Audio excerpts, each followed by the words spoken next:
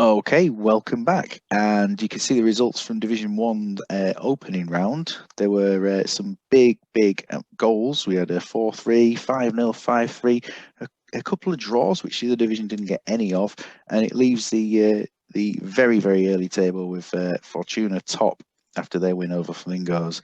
But yeah, I mean, being top after one game is worth nothing at this point, other than a bit of glory on the first day.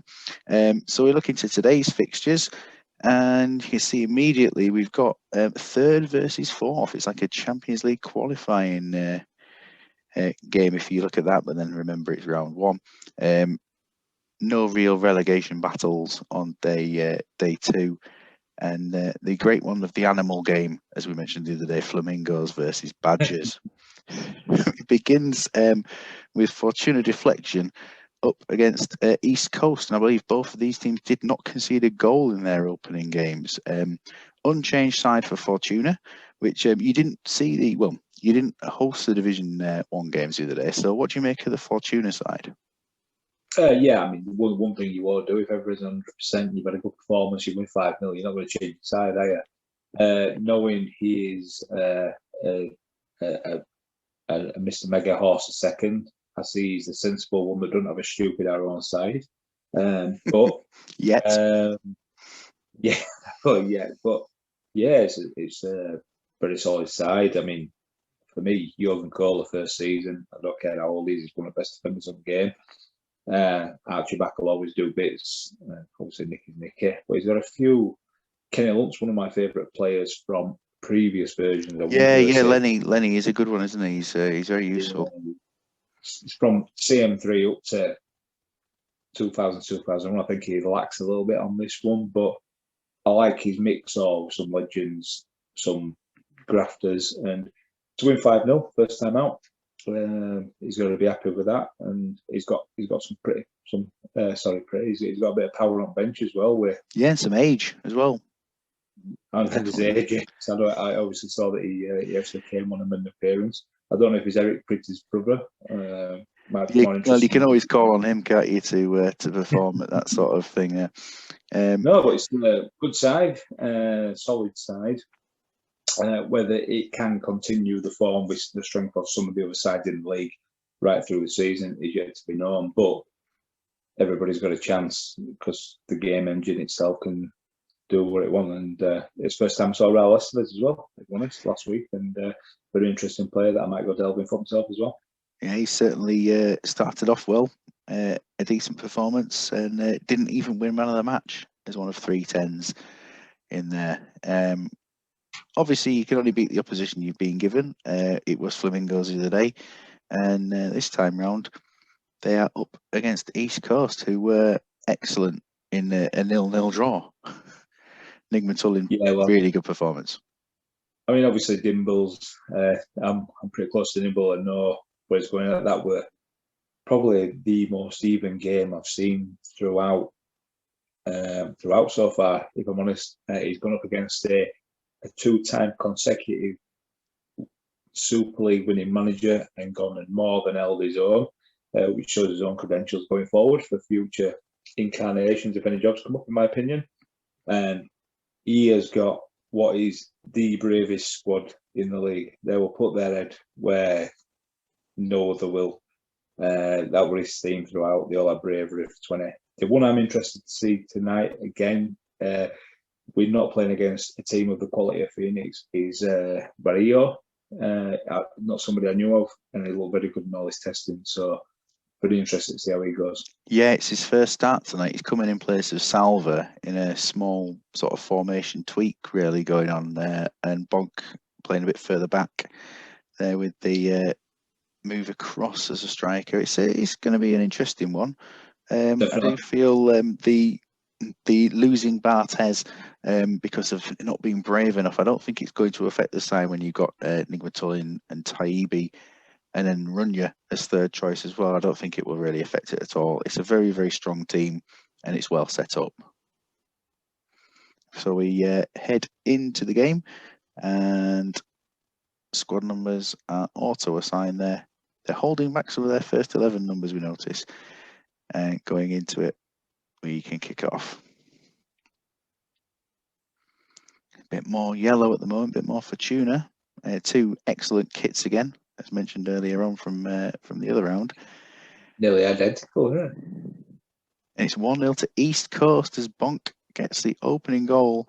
Will he score for both teams or just the one? Roy Keane, 2-0. Fortuna, not very fortunate today. And that's the one that's not as creative as the after stroke one that's currently occupying the Phoenix squad as well, who's still getting forward. And he's aggressively getting forward. Kenny Luntz, he's pulled it back to 2-1.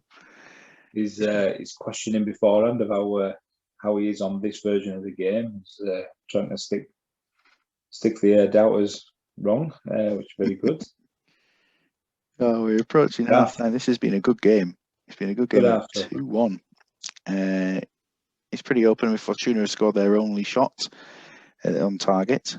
And yeah, I expected one on target when you're looking at Nick Tullen having a 6. To be fair, coming the end of it. Yeah, he's not. He's always a goalkeeper who can be relied on, so it might well change at some point. We just take a look at Fortuna, just asking for potential injury checks on some of their players. There's only a few that can really be anything there. We might have a fully fit squad heading in. Marvin Andrews will be. I don't want to say pulled off, but he'll be substituted at this point for Anatolakis. He will come on into the centre back position. He's just left back having a 5 at the minute. I think he's the only one really letting him down so far as well. Showed that he's well in game. Yeah, Rovnikov's usually pretty reliable. The other things, no goalkeepers because he's 3-1. So it will be up to 60 minutes here for Fortuna. In the same way that East Coast are saying 60 minutes for substitutes there. So we're heading to the second half. And it's a good start for East Coast. They've had a chance. But nice and quiet at that point there, as far as East Coast are considering things. So Archie back. Well, until you were pronouncing it, I know you've gone to a lot of depth of pronouncing names. Like I never knew we were called Bonk. But yeah, Mr. Archie back is he sporting a potential injury? Or yes, indeed he is. Yeah, he has one, which means that he is removed for Salva. He's forward centre. I do think Roy Keane has the injury as well, and he will come off for Tomasi. Which is, you're not losing anything there, are you? Really? No, it's a natural substitution there. And to have a look at other things here, we've got Lee Bowyer on a potential as well at this point, and realistically looking into things, I mean, the recommendation here is Castro man for a wide man, but I don't think anyone else can play in that central midfield role really amongst the. I think if that were the case, I don't know if Dimbles would agree with me, it'd probably be Zalias and move him to Tomasi. I think Tomasi holds his own more in centre midfield as well as DM. I think that's kind of the most likely thing that could happen. I don't imagine you'd want Don Hutchison necessarily at this point. I think Zalias does have to be the man that comes on for Lee Bowyer. I were hoping though when Bonk got bonked off, I were hoping that Big Dom might come in and fill them shoes. Tomasi and Zalias. Yeah, I think you'd be right. I think you would be right in there that Tomasi would be the one further forward. Zalias is much more sort of defensive minded, or at least probably stronger as a defensive player. So we head into the substitutes for Fortuna, where request wise there's been the worst two for fitness is where we're on here. So Amanatidis, Carlos Jack, Nicky Ferenko. It's I mean, you take Amanatidis off here, but who would come on as a fullback is the question, really. there isn't actually a fullback within the team.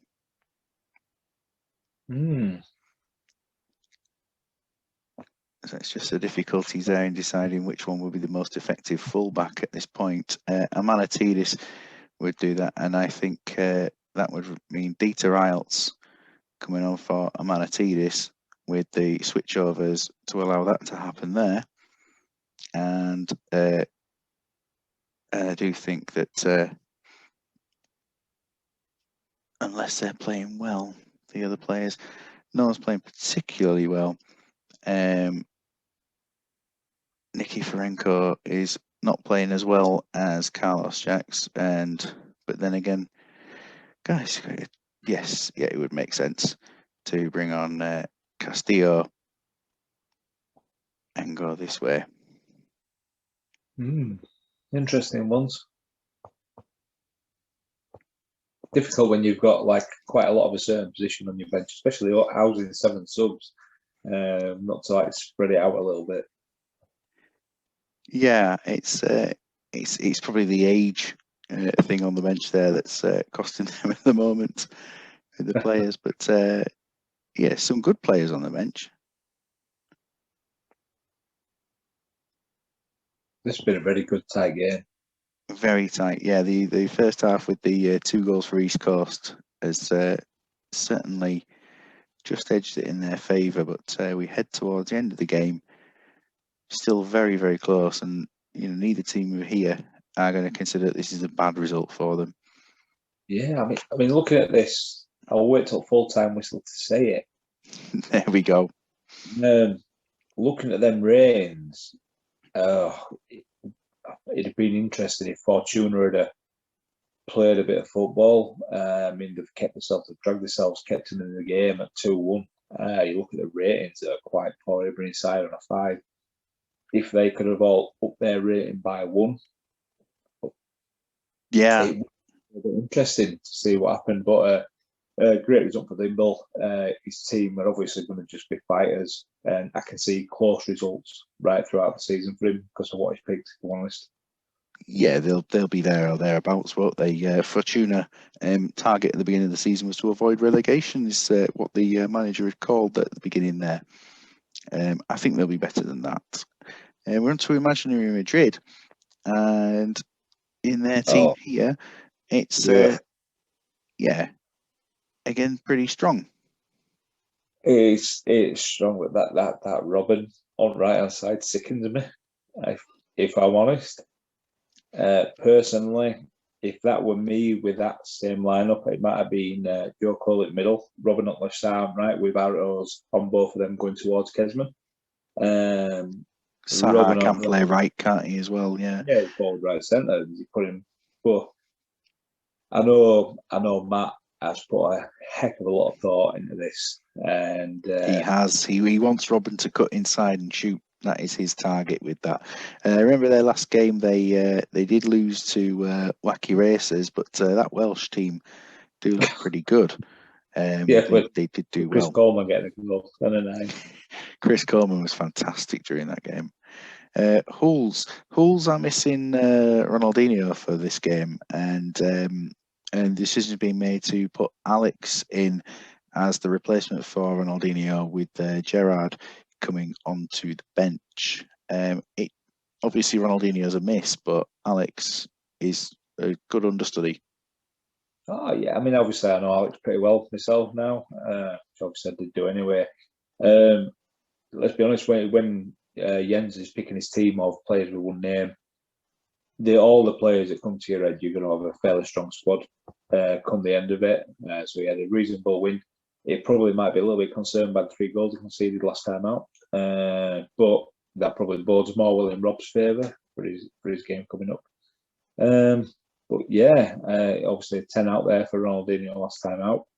A strong side, and it's going to be an interesting one because I know Matt's had a lot of trouble with beater saves, and he's obviously trying a few different things. And Robin on the right just don't quite do it for me. It's a real bugbear for you, isn't it? Let's see if Robin can get that goal during this game. We got Figo on a yellow card very, very soon into the game. I don't think he's a huge concern with his sort of, he's not one that will get regular red cards, but Hierro as well with one. Figo's made his one tackle of the season there. That's wrong, isn't it? So. It's the first time at the Theatre of Daydreams today, and at the moment the game is well, there's been a few yellow cards, but otherwise the game is just going at that sort of dream pace. Just for Albert. It looks like it's the Hulls more getting frustrated. And there is Albert's opening goal just before half time. He's always one that will get goals, unless he played for Stackington in the league last time where he got a 5. And half time approaches with a chance for Madrid, but nothing going for them. 1-0. They've had a shot, but ultimately Hulls are a bit more on the go. Yeah, it's been. It didn't look that dominant, in terms of chances, etc. I thought Madrid actually kept themselves in the game pretty well. Yeah. Obviously, the cards would be a worry. I say if you're a bit worried, Hierro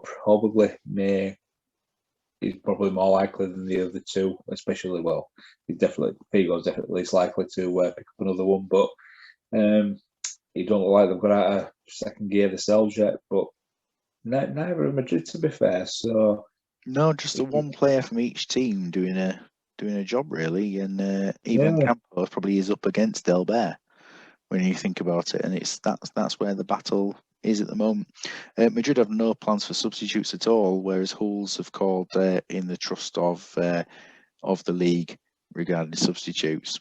So we head on for the second half. The pace seems to have dropped again, but Albert scores his second of the game.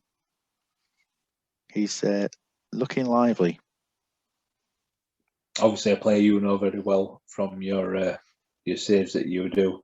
Player I like Go in Super League. To be fair, I found out since that he's a little bit of a goal scorer, really. So yeah, he can be a real machine with his goals. Emerson's looking pretty. Rear end.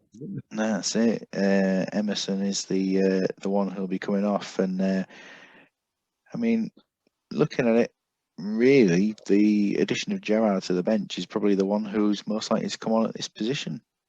Yeah, well, I'd certainly said that is the only attacking option that you could play in like central midfield role there, isn't there? And Raul with the thigh injury down at 82%, I think it's worth chancing Ronaldo in that position, isn't it?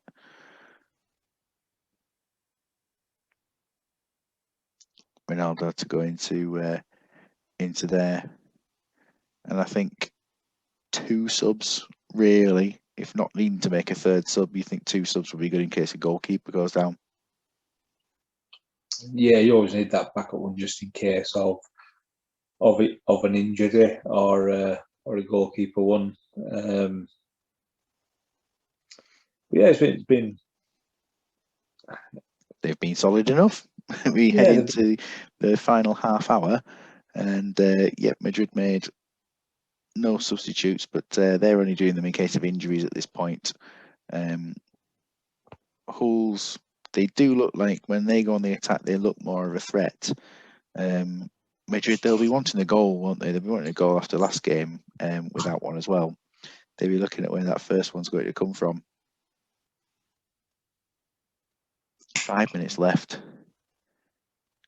I think Matt needs to give himself a little bit more credit for how he's set up and how he's playing, if I'm honest. He was talking a lot about pre-league starting, about all his beta stages, but he's obviously taken heed of a couple of people trying to give him a bit of advice, and he's done.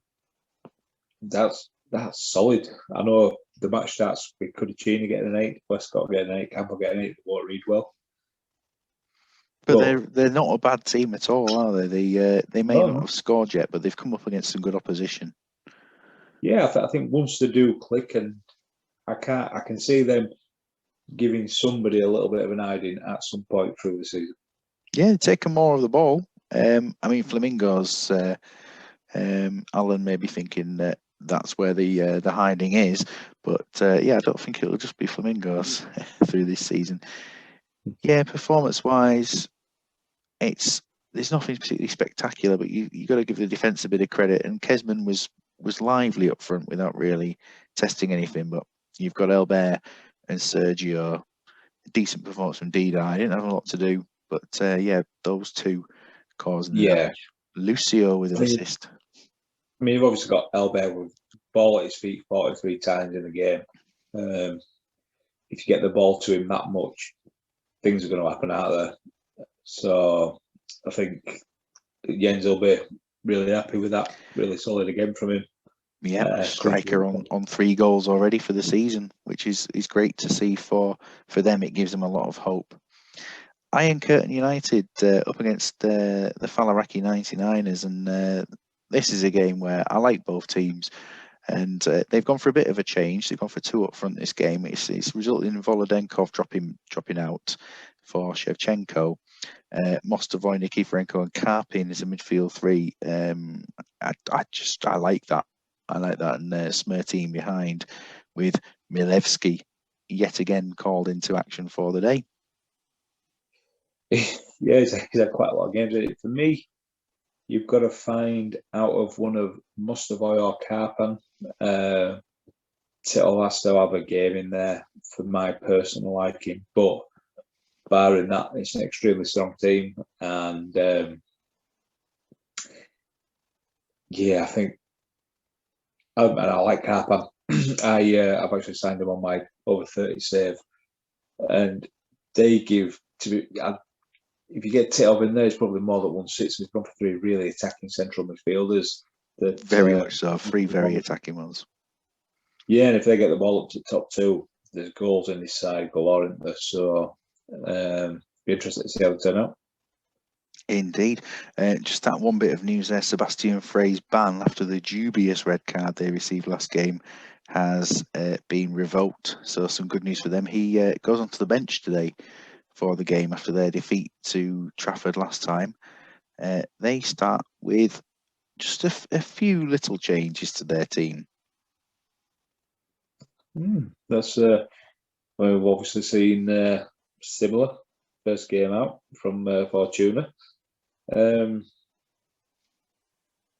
mean, it's strong. Banera, first season player, which this is always going to be first season. He's strong enough to play it right back to be a bit of a force in the league. I really like him, but normally second and third season in. He seems he's got a hell of a lot of strength on his bench as well, which like it does when changes come round, etc. You feel like there's game changes there.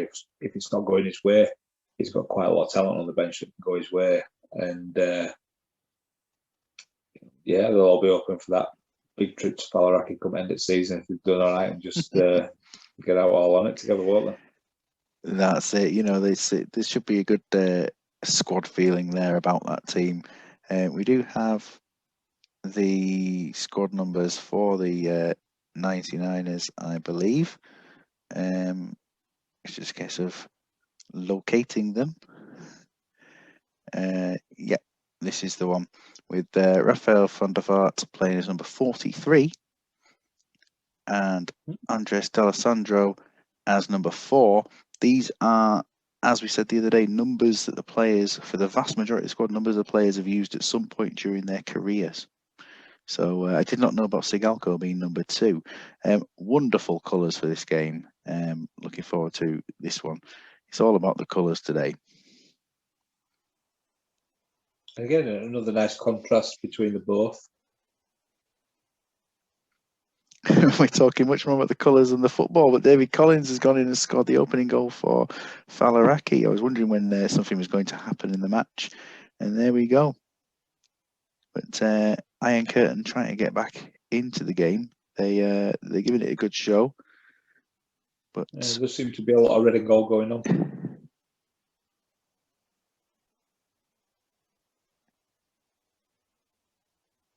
Oh, a yellow card, a free kick on the edge of the box there. Jonathan Woodgate has popped in with a goal. Unexpected 2-0 to Faliraki 99ers. A yellow card for Kivu, but Iron Curtain unable to do anything about it. As a half-time whistle approaches. And then 99 It's going to be interesting to see what figure in authority is stood behind Mr. Craig Duggan, the manager, as the players walking off at half time, what he wants from them and what he's willing to brown note for anybody to do something in the second half. You do wonder if there'll be government interference on the performance as well, maybe. Well, yeah, Fallaraki have been really solid, playing formation really well. They've probably got a couple of players in.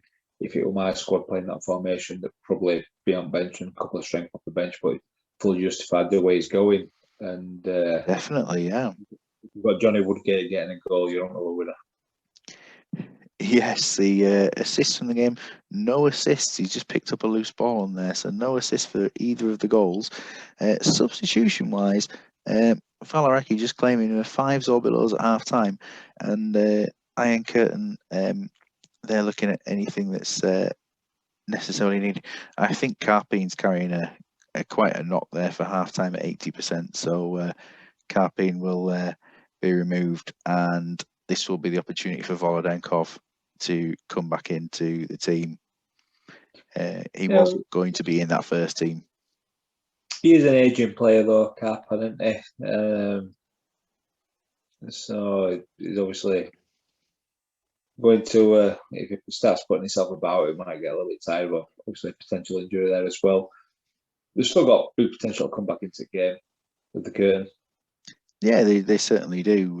It's intriguing. It's been good for Fallaraki to get that 2-goal advantage, definitely. It didn't seem like a game that was the teams were 2 goals apart, but it certainly has,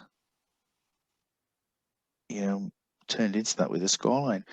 Half time, substitution time into this. Just being asked to, of course, manage substitutions here. I don't think there's anything necessarily bad. I mean, Nick Matulin not performing the best, but I don't think Berezovsky is any better, and the rest of the team are all at 7s.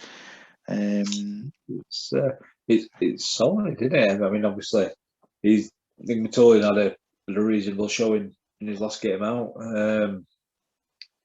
I don't think there's anything that can be done, really. I don't think the team would strengthen with the substitutions from where we are. No, I mean, the fitness is looking pretty decent at 60 minutes. And the teams are all at 7. Yeah, I think it's tough on the call. Tough on the call, that. Fallaraki, they claim, so if they are winning, anyone 84% or below. And for them, they're all at 86 and above, so there'll be no changes to either side for the last half hour. Yeah, looking very nice. Fallaraki lads. Yeah, you can imagine just if Frey hadn't have been sent off last game, undeservedly so, a penalty, and Milevsky gets them back into the game. I was just going to say, imagine how Fallaraki would have done without Frey's red card last game. Yeah, I mean, people talk about Ibrahim Said being a DMC or the DMC that can score penalties, but for me, Milevsky, every bit as good a penalty taker as Ibrahim Said is. He's had an excellent day today for all of his teams. Yeah, he has indeed. He's going to come up with the best rating of everybody, but it should be like 40 or something out of 10. Just into these last few minutes, it's been a cracking game. I'm not even sure my commentary's done it justice at all, really. It's been really good game to watch. 2-1 to Fallaraki, but again, both teams looking decent. I like both sides.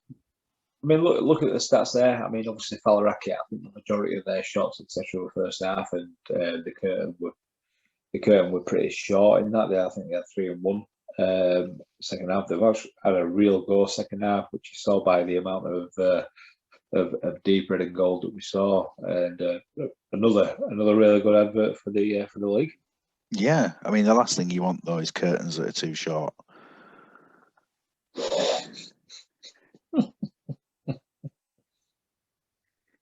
it's the tumbleweed went past for a little while there as well. Definitely, yeah, a good game, and the no assist for any of the goals directly, but obviously Mostovoy's won that penalty. Good game, but no real standout players. Gerrard with a 9, so well done to him. But I don't think he looked any more sort of spectacular than anybody else on the pitch, and that's not just because I'm not a big fan of Steven Gerrard. I just don't think he particularly stood out. This is the game that I was really looking forward to. When you've got Flamingos, the team that playing all players at the moment are 17 and under, versus Booth Town Badgers, who Tato Mourinho is all out attack. And this game, he really is going for it with those runs from the wing backs. He'll have you believe that by having 7 sat there. Obviously it was questioned how defensively it looked last game out. So to then go and score 4 goals shows that he's got some players doing what he wants by having the arrows on him. Very good win for him last time out. I know fine well he's done his own under 17 savers, Legends has taken on for his Flamingo side, so he'll know where 1 or 2 of the weakest points are as well.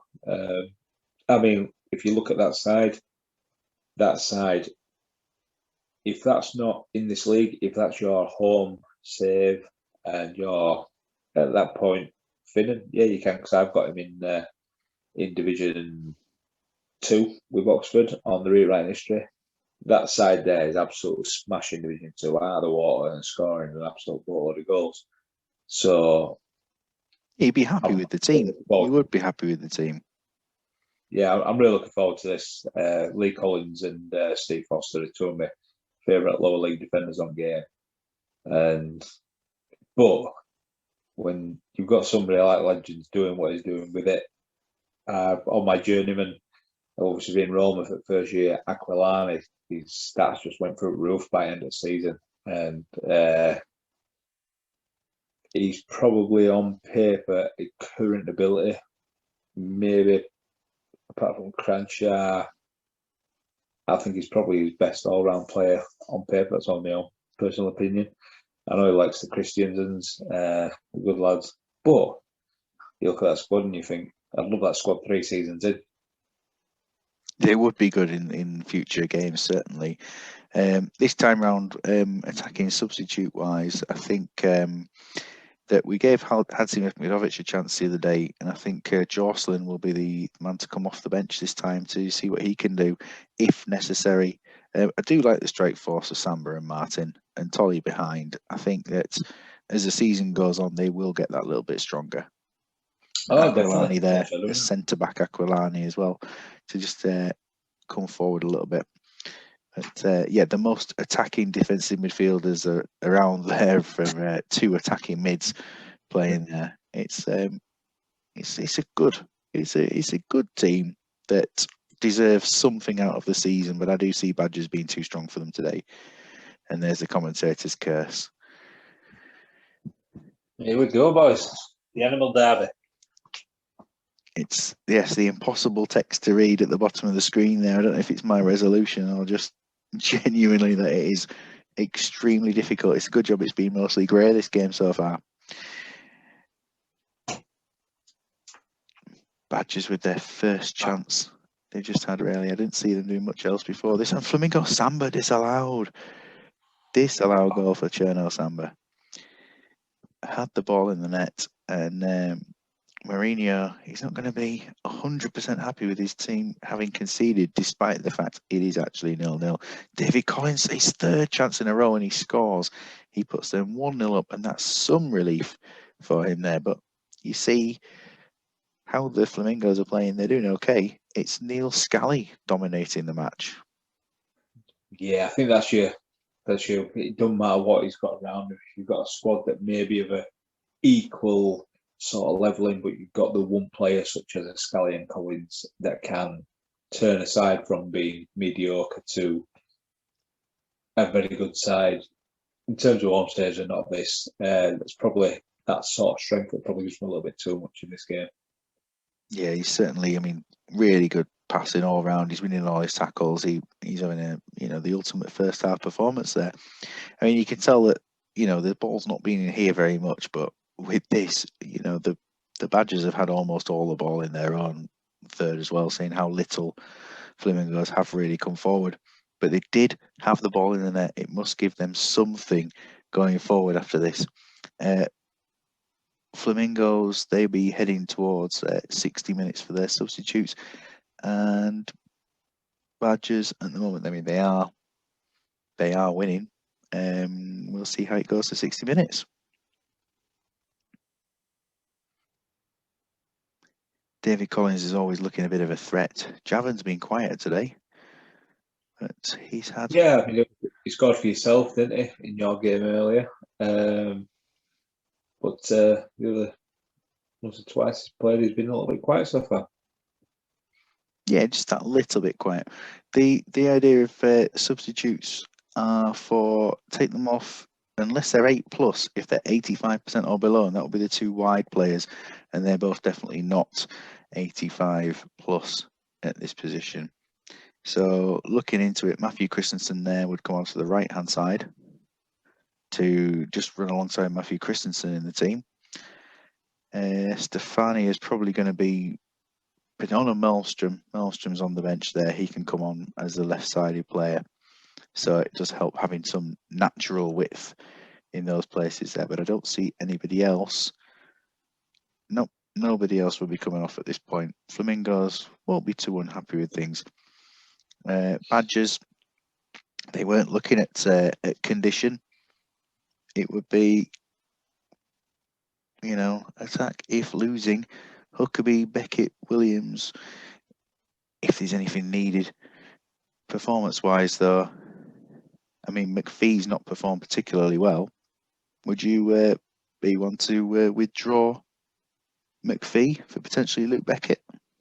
I mean, to be fair, obviously everybody's got their own way of playing it and way of deciphering out. So Stephen McPhee, he could be on a 4 now, and he's still liable to get involved in the second half.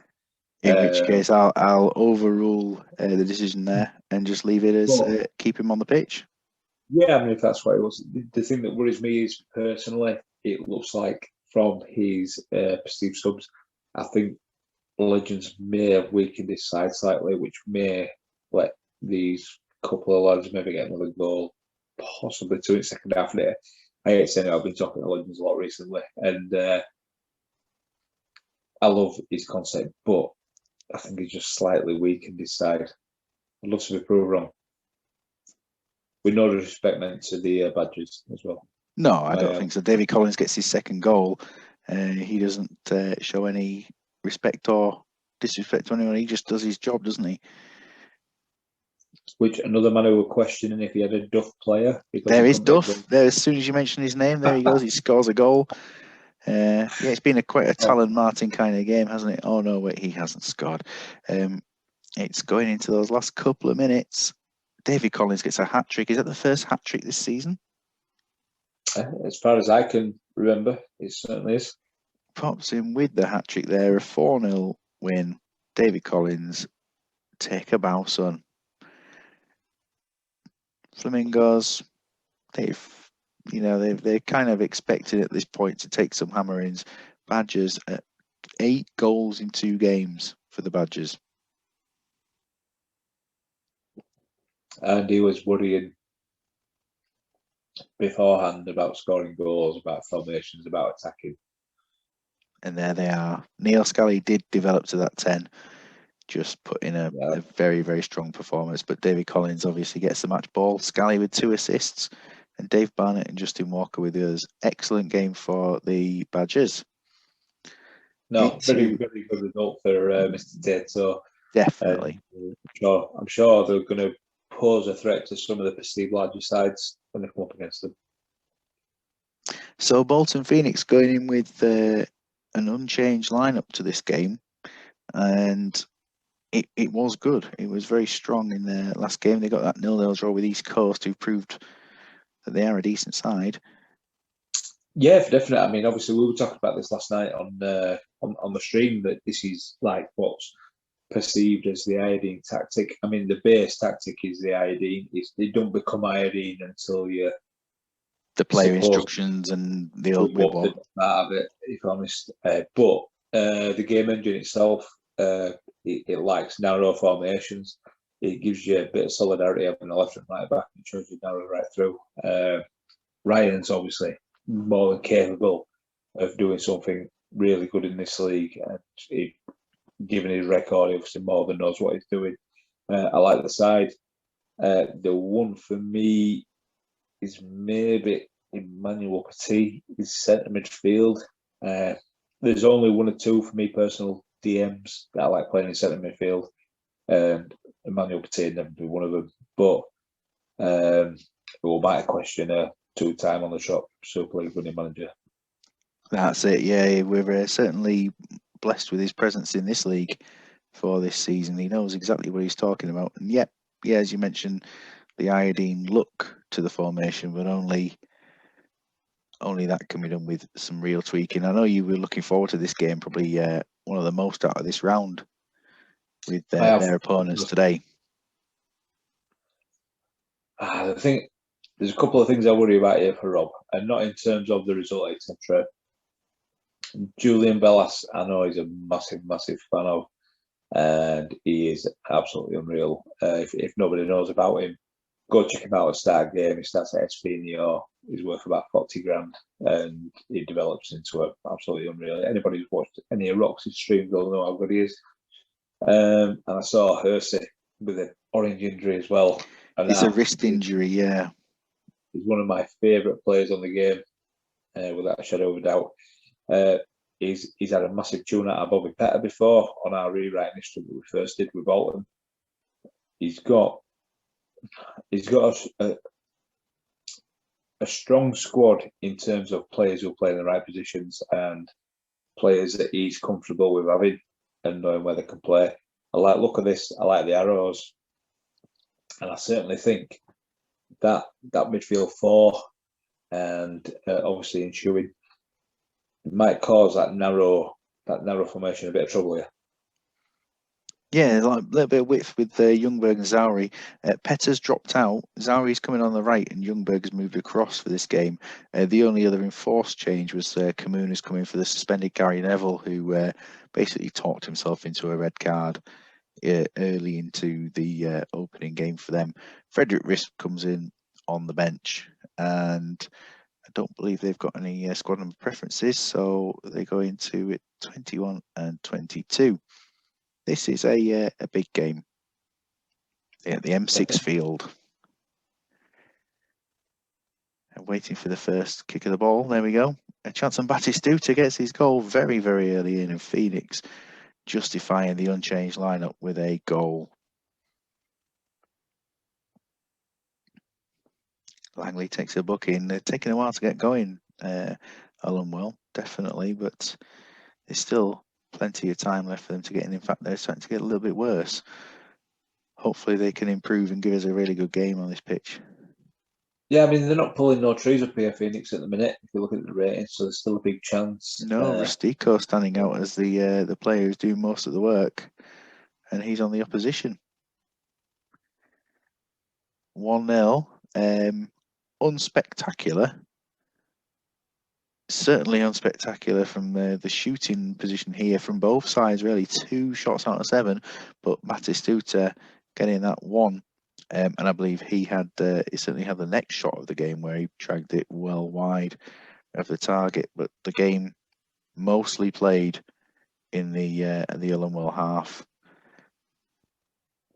I mean, it didn't really seem like a no chance half for the alumni. I mean, the 3-5s in there probably worry you a bit, but then you go back to if they hadn't had them 3-5s in the side, sorry, what would or could be. For me, Zauri is probably a little bit too defensive, playing with an arrow up and playing on a right wing. But he never does himself any justice when he talks about his own champ playing up Rob. But he's very, he's very adept. He's very good at the game and knows what he's doing. Oh, he knows his things, definitely. Definitely. Cameroon's funny for me. I've never known any save I've had him or seen him. I've never known him get a 5 in an half No, I football think as he's well. taken early knock, to be honest. It's Robbie's asked for Stackington style substitutes here. I don't think he means to, put Saeed up to striker, but Kamuna, with his potential injury, will come off for Frederick Risp and to use that substitute. But the rest of it will hold on for a little while till 60 minutes. And for Phoenix, their suggestion is to manage. So I'll just see if there's any glaring things. I mean, Rui Costa on here. I think that he would be the one to come off the pitch as well. Would you go Shaw or Keane at this position of the game? For me personally, normally I'd go Shaw. But this creative Roy Keane. Yeah. Let's introduce the creative Roy Keane. Rui Costa will be a loss. But tough question. Is that the normal Roy Keane? Yeah, I can't believe how crazy. I mean, it shows what delving into it does that much, for throwing a few little random things up. For me, I've been playing him at bloody AMC. If he were in my team, forget about me and DM. He might not be able to finish at the 9 for finishing, but he's certainly, apart from that, pretty decent. Dean Keats, Richard Langley. I mean, Langley's a worry there. I say he's more of a worry with a 6 and a yellow card than Dean Keats at a 5. Yeah, I mean, he can be extremely good on the game, can't he, Richard Langley? Dean Keats, again, I'm surprised that it's not often you see him with a similar rating to what he's getting at the minute as well. So, yeah, and it just makes you wonder: would you move Ljungberg inside and bring on Bobby Petter, a favourite of Robbie, or would you go straight off Keats for Larison? Let's look at Larison. It's unspectacular. I mean, for me personally, and I'm hoping I'm not doing Robin disservice by saying this, it'd certainly be I mean, it sounds a bit outlandish here, but I'd put Bobby Petter on for Keats and put Ljungberg on the right, Petter on the left, and Zowry right at 2 centre midfielders. And to keep Keats on rather than Langley. Take Keats off rather than Langley. Yeah, take Keats off for Petter as a poorer performer, and going that way with. That's it. That's what I do, and I really hope I haven't done Rob a disservice. So I think I've done him a disservice there. But looking at his side, I think Ljungberg's always better wider. Bobby Petter's got a lot of assists in him if he tries, and if I'm wrong, I mean, you've got the experience, and I know you do think highly of Robbie, so you're not going to be trying to throw his team or anything. Absolutely, I think it's a fair deal to do there. Batistuta looking a bit tired with. Why do you? Well, we're back to shooter. Why don't you swap him in net with Khan, and then you can have a bit of a rest. Yeah, I mean that could easily work there, couldn't it? Yeah. Talking about throwing people's teams at Ryan knows him on job. He likes a little bit of banter, and I'm sure he's taking it really competitively, which I think is fantastic. So yeah, and hopefully he's on here in the show within the next couple of weeks as well. So that'd be great to have him on there. Can't wait for. Yeah, I think Batistuta for Shearer as a kind of move here would give them that sort of attacking edge there, unless you were to bring on Rivaldo and put Henrik Larsson up top. Well, I mean, obviously, this is your when he said I'll leave it to managers, this is more your forte. As you know from me, I don't make subs and just let players get on with it. So, well, he said, "Let you Shearer deal with came it." on, did all right last game. Rivaldo is just playing international. I think Shearer for Batistuta is the one here, and I don't think anyone else is particularly struggling. The team are ahead, and that would just be it with half an hour left. Just to freshen up Batistuta. Once he gets on a bit of a downer for his fitness, he can drop a little bit, and his shooting had dropped off a bit after his goal. Obviously, Shearer's had a chance already. Montero on a 6 is probably a little slightly worrying, because I think on that there's a bit of frustration kick in, and he might start doing his kicking him out at people. It's been a good defensive performance from both teams, to be honest. And a 1-0 win is tight. It is very tight. It's unfortunate for Lundwell, but Phoenix, I think they are extremely good defensively. Yeah, I mean, there's obviously that tactic's known to be very strong. Obviously, that was the base that people developed it from to make it what it was. Showing it with a couple of solid performances, if unspectacular as well. But it's obviously, I think it's created a few more chances this week, this game week for him. Yeah, I think, and to be fair, I think the alumni lads have dug in deep, and obviously try to get one late on counter. But it was a really tight game. And to be fair, without looking at the match stats, certainly there were quite a lot of blue and red in that second half that could have well gone either way. Yeah, it was a good game. And just for your knowledge there, Steve, the assist for the goal was from that non-central midfielder, Emmanuel Petit. Well, again, who am I to argue with a 2-time consecutive Super League manager? We have here the Ewan Rovers side. They've made a bit of a change to their system for this game. And look at the runs from Carl Lorry and John O'Kane. They're really going for it this game. Yeah, it looks it, doesn't it? Again, I mean, you look at the bench. I don't think there's anybody you play there in their positions instead of him. I mean, Carl Lorry, he starts to lead to be more of a midfielder than a defender. When you look at him, I genuinely think he's another one that were better on previous versions of the game, especially the ones where he were at Crew. Yeah, he did play well last game. Been of a good game, didn't he? And he is the only player in the league named after two vehicles there as well. Well, that's new knowledge to me as well. That's something I ever picked up on. I mean, Matt Blincorn, at 16-year-old, 15-year-old, whatever he is, he does become very good in a lot of saves. I mean, wow. Already has his goal. Yeah, and at 16, they're better developed stats than I've seen for a long time. The enforced change at the back, of course. We've had Kelkvist sent off last game, so Adam Olivancoli comes in goal, and Craig Dootson. They kind of got to hope that they don't rely on Dootson at some point during this game. But the one thing in my mind there is Karlstrom playing upright on his left foot. I've got a little bit of a thing. A lot of managers don't. I know a few people that do, about footed on right side of the pitch, but.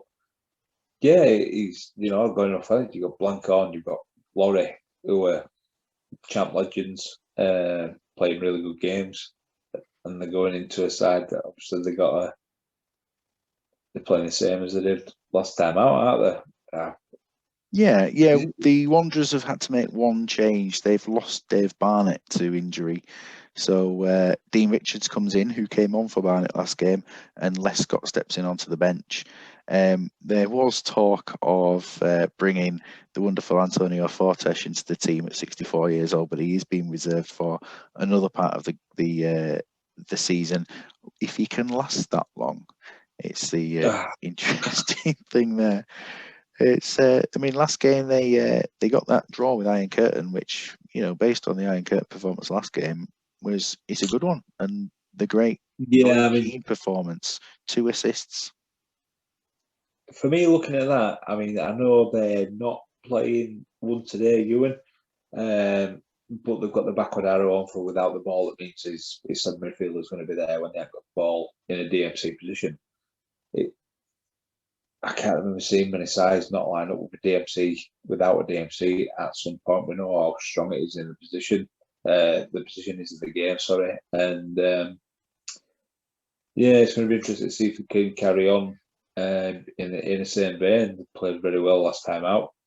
They've probably got a couple of players on bench that may slightly be better. I mean, Steve Ocean, looking at the way some of the supposedly lesser players have played so far, Steve Ocean may be a shoo-in, but solid squad right through.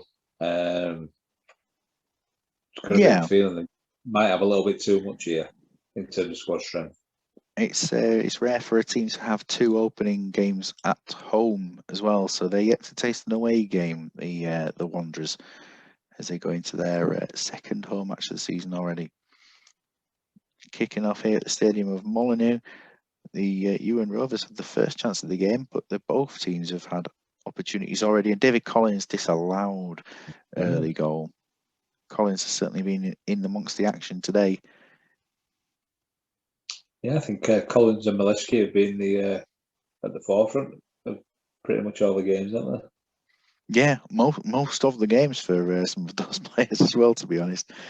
They getting plenty of action for the season. And a goal, 1-0, Javan. He's pretty unstoppable at times, isn't he? He's had another chance there. He has been stopped, but Neil Scally puts in a rebound at 2-0. And the Wanderers could be going into that top few early in this season already. He's made it 3-0 before half-time. And it shows that the performance from UN Rovers last time against the Badgers was certainly quite a lot better than this one. I do feel it's partly down to, I know he's got an 8 performance-wise, Bancori, but Kalkvist was a better performer last time. Oh yeah, he's a very good keeper. He's Kalkvist. Even his stats probably don't show it at the start of the game, but he's still a very, very solid performer. And I mean, that's a bit of a. They've played extremely well of the Wolves lads, and Andrew will be absolutely delighted with his played it first half there. He will, yeah, certainly. The team pretty settled. They got a good result out last time, and they're doing well today. Substitution wise, nothing to do right now. The only thing to do is take out anybody 5 or under at 60 minutes. Siadachka is coming off with an injury though immediately into the second half, and I mean there's a left back option of Christian Kivu on the bench, and I don't think there's any reason to look anywhere else. Yeah, you've got him off Lescott's the left centre as well, but if you're going to try and keep your he's just in fact on this one. In this one, he's just a centre back that's right-footed. Right-footed, yeah. So, well, yes, I know what you mean about the actual real-life Lescott. Certainly, more of a left-sided player, isn't he? Yeah, I have seen him as left centre on this, but it probably must. I think it's one of those zero kind of stats where he sometimes can play in those. And he must have a 0 on his left foot, maybe. I do remember he's definitely right-footed on the database, so which surprised me. UN Rovers pull one back, and Saviola, it is with the goal. Yeah, I mean, if you look at the overall rating for UN Rovers here, I wouldn't say that they've put up a good fight. They've not been overly out of the game. They're probably just dealing with a lot of chances coming in from Wolves lads who haven't been. You've got a 9, you've got 3 8s, but apart from that, they're not really tearing up trees. So no, they're efficient. Is probably a good way of putting it about them. No substitutes were made. UN were all 6s and above, so didn't make any changes. And as we mentioned last time, Andrew would like to just run his players into the ground until they can't run anymore, and that's he wants them to give 100% for the team. They are hanging on a little bit, but you can see them scoring a 4th. But I think chances UN. Another entertaining game. I believe there's one left after this one. Roy Keane sent off. Nothing else to do there, just do that. So after his really good performance last game with 2 assists, he gets himself 2 of something else this time round and gets the card. Well, he's getting assists out of DMs that I'd never played in midfield in centre midfield. Like Scally got one earlier, so fair play. But oh no, but last time out he got 2 assists as well. Scally, Yeah, Scally with the 2 assists in the last game. Yeah, yeah, T with an assist in a can't knock previous that. game. Roy Keane, lots of passing going on.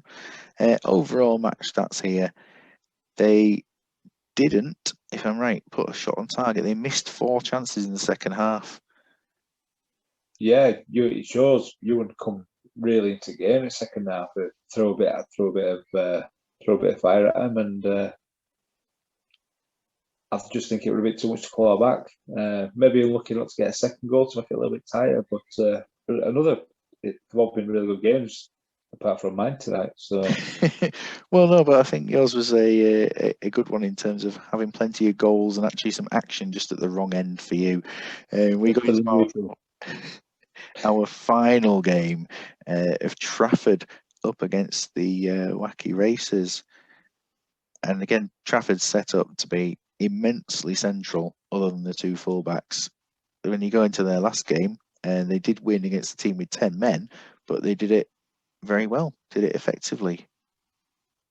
Yeah, I mean they've got a strong side. A lot of good players inside. There's a heck of a lot of arrows in there, which I know I had to start with, but it obviously worked for him last time. I don't get the Okoronkwo arrow, if I'm honest. When you've got the ball, he's moving himself closer and die. Depending on what the other lads have got on that right forward position, it can leave a bit of a gap. But apart from that, strong side, strong players, and I don't think it matters where a few of them have them arrows. They're always going to be really good, play really well at game. Apart from Zidane, he's a myth. I mean, I wonder whether the Okoronkwo bit is about that Njai will head forward somewhat, and Okoronkwo, when they've got the ball, will just move in and hang around the defence a bit more. That's my thought towards it. Maybe so, but yeah, very central. Lots of changes for Trafford. They are mixing things up with it being a midweek round, and they go into a game against the Racers, who did pull off a good result last game as well in their match. Was it 2-0? Yeah, 2-0 against the Imaginary Madrid. And if there's any myth at the moment, maybe it's the Imaginary side. No, they were a good team. This was a good solid performance from the Racers, as we saw there. Their team for today, no changes whatsoever, going in with exactly what they did last time. And why change it if it was effective? I just think, looking at that, you've got a lot of what's the word I'm looking for? Welsh players. Yeah, so I'm trying to think. You've got a lot of connection there between quite a lot of lads, which may go a little bit towards doing well for them. I mean, obviously James Welsh, and that's where he's going. But having so many of one just might give them that little bit of a tight knit, a bit more cohesion between them all. Yeah, I mean, I suppose this time around they are actually all Norwegian as well, so it's all Welsh Norwegian men. As much as I know James Welsh, as much as James is an absolute belting lad, I've seen a second Dean Saunders in the save. After the Dean Saunders 3 of the other day, one of the most entertaining ratings I have seen for a while for an outfield player to score a 3. But we should take nothing away from the Wacky Racers. This game's going to be a good end to the day. We're 0-0, obviously, at this point now. Harold Hansen, another excellent referee's name. The Racers going into it with their away kit on as well, of some kind of, it's almost like a Morocco away or something like that, as well as being the Welsh green and red. No, as soon as you said, as soon as you said Morocco, early goal there. Sorry, carry on. That was it. As soon as you said Morocco, that's what it stands out. Then when you said it, you can't unsee it. You can't see the writing particularly well down at the bottom with the colours. But we will pick out as much as we can. Certainly most of it has been gold until now, with the chances there. Bellamy certainly was on the attack. Yeah, but a few chances back, aren't there? Yeah, and with Tomadera and Sigalko up front, you certainly think that Trafford have got another goal in them. But Racers if Chris Coleman can do what he did last time out, they're going to be in with a chance still. Oh, absolutely superb last game week, wasn't it? So Sigalco does make it 2-0. It was on the cards for this game, but 2-0 half time. yeah, a lot of strong performances from Trafford there. A lot of eights. Difficult for racers to keep themselves in it when Trafford started playing like that. Yes, Trafford heading into it with the 100% record as it stands. They should be going up towards. I don't know if any other teams won both their games. I'm probably missing someone obvious at this point. Whether they have Hulls maybe have won both of their matches. But action areas pretty even split there. Possession pretty even split. But the goal tally 2-0. Substitute wise, Trafford saying anyone 80% or below, and the racers going with the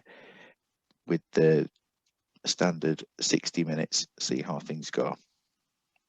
We are on the right speed. Just seems a little bit slow. Yeah, it started a bit that way, aren't it? I'd say they're fighting a bit out of the air at racers, lads. You can't knock that. Playing with a bit of pride. Certainly, they got that dragon spirit amongst them. And of course, linking the team name with the formation, it is very much the Trafford Centre formation, isn't it? Going on there. It just had to be said. We do have one enforced change then with the Riquelme situation. And I know you're a Totti fan, but do you go in many ways, of course. But Veron, Totti, Aymar, where do you go?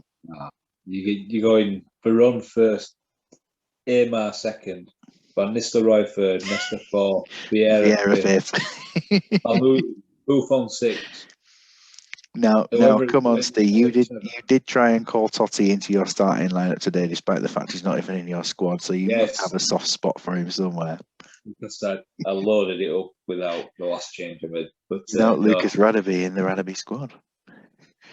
But yeah, Veron comes on. I do think Veron offers something at all points. Matt Delaney, he's got a dodgy thigh, so he'll come off. But Robbie Savage is a fullback, isn't he? At this point, is Matt Jones a defensive midfield right centre? Just defensive mid. So Savage being the defender, midfielder, right centre over here. Savage can go on to right back, and we can bring in somebody like Jones into Savage's position. I think that Gabidon really isn't developed enough there. I think to keep strength of players on the pitch. Yeah, I think you've got no option other than Matt Jones, have you? Really? Yeah, that would be it there. Just having a look at other players. Bellamy done his groin in. Striker wise for the bench, Earnshaw, he's got the potential. Yeah, if John Austin ever gets a game in this side, he's one of them you sign him all the time as a kid because you knew of him and he was like a big thing coming through. Big prospect. I've never had him averaging above a 7 on any home save of that value. It's terrible, absolutely terrible. But I understand what he's in the Wacky Racers side. Would you go for a third change and withdraw Barnard for Partridge, or would you leave it in the worry about a goalkeeping catastrophe? Yeah, I mean he's on 7 is Jones and Coleman's got a yellow. I always like to keep one just in case. As you know now, I don't make something unless they're enforced. No. But I always make sure I've got. If I have to make 2, I like to make sure I've got 1 going just in case, because there can be a whole lot of uproar going on, can't there, in the meantime. And I think with the potential injuries at the moment, I think with looking towards a game at the weekend as well, knowing this is midweek, it was just better being on that side of caution for a few players. But Barnard will improve his performance surely at this point. 25 minutes to go, 2-0. It's been a fairly quiet half. Very quiet half. And Condola was more of an attacking player there. I know he got booked earlier on, but I wasn't sure whether he'd made a foul or been fouled. It turned out the other way around, which was lucky for him.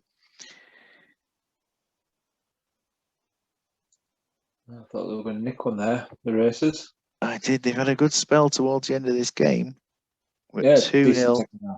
Yeah, but at least Barnard improved to that 6 towards the end. Zidane, man of the match. I don't think them ratings are doing either team justice, really. I thought Trafford were probably not as good as their ratings have finished up as in that second half, and I think Racers were a little bit better than their ratings have finished up. So extremely even second half, but obviously Trafford will be happy with another result. Yeah, definitely. I think that they were strong in the midfield, but the rating towards the strikers were certainly much more favourable at that position. And the Racers, yeah, they did perform better. Paul Jones did a solid job. Earnshaw came on and has done all right. He's passed it. He hasn't had any chances to shoot though, and I think they'll be satisfied it wasn't worse, considering that they haven't offered anything attacking wise this game. But end of the round, we go into it with this. Of course, the Badgers. How could I forget that they have a 100% record at this point after their 2 4-goal hauls that they've got and 2 victories? How could we possibly forget that they were a team? There we are. Looking into the table, they set the early pace. They said they were going to attack, and they've done exactly what they said. Hull's and Trafford, followed by the Wanderers, East Coast, and Phoenix as a top 6. It's been good there. Fortuna just dropped down. Well, they dropped down 6 places, but they dropped to the top of the 3-pointers. And at the bottom of the table, 4 teams yet to get off the mark. Maybe the most concerning stats are that Imaginary Image and Flamingos have yet to score a goal, but then Phoenix have got 4 points from 1 goal. I mean, looking at the table, looking at the performances, especially tonight, you've got Alumni and you've got Iron Curtain, definitely they're more than capable of turning the result out. Slightly further up, Falaraki, you take a 50% win rate to start with, but I think they've got a big chance. Racers, as much as I've got a lot of time for Jamie, I think that squad later on in the season might start getting a little bit picked apart a bit, but obviously Fortuna's got to be happy where he is.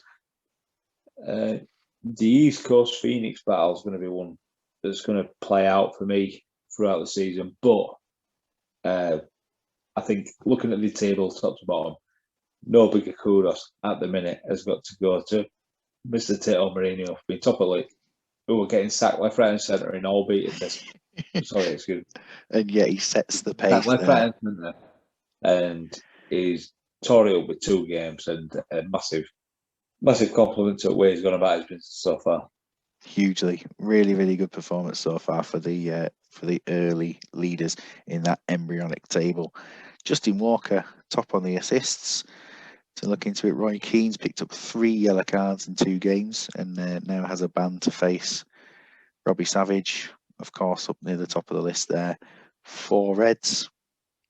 And man of the matches, no one's received a second one yet. So we'll be back on Friday night with Division 1's 3rd round of the season, and on Saturday with Division 2 with their 2nd league game of the season. For some of those teams, it will be their 4th match. We'll see you again soon. Thank you very much, Steve. No problem. I've thoroughly enjoyed it again. Been a really good night of action, and looking forward to hearing some of the other people coming on for comms that we've got coming up over the next couple of weeks. Yeah, it's a good little schedule ahead. All will be revealed in due course with that. But thank you very much again. Good night.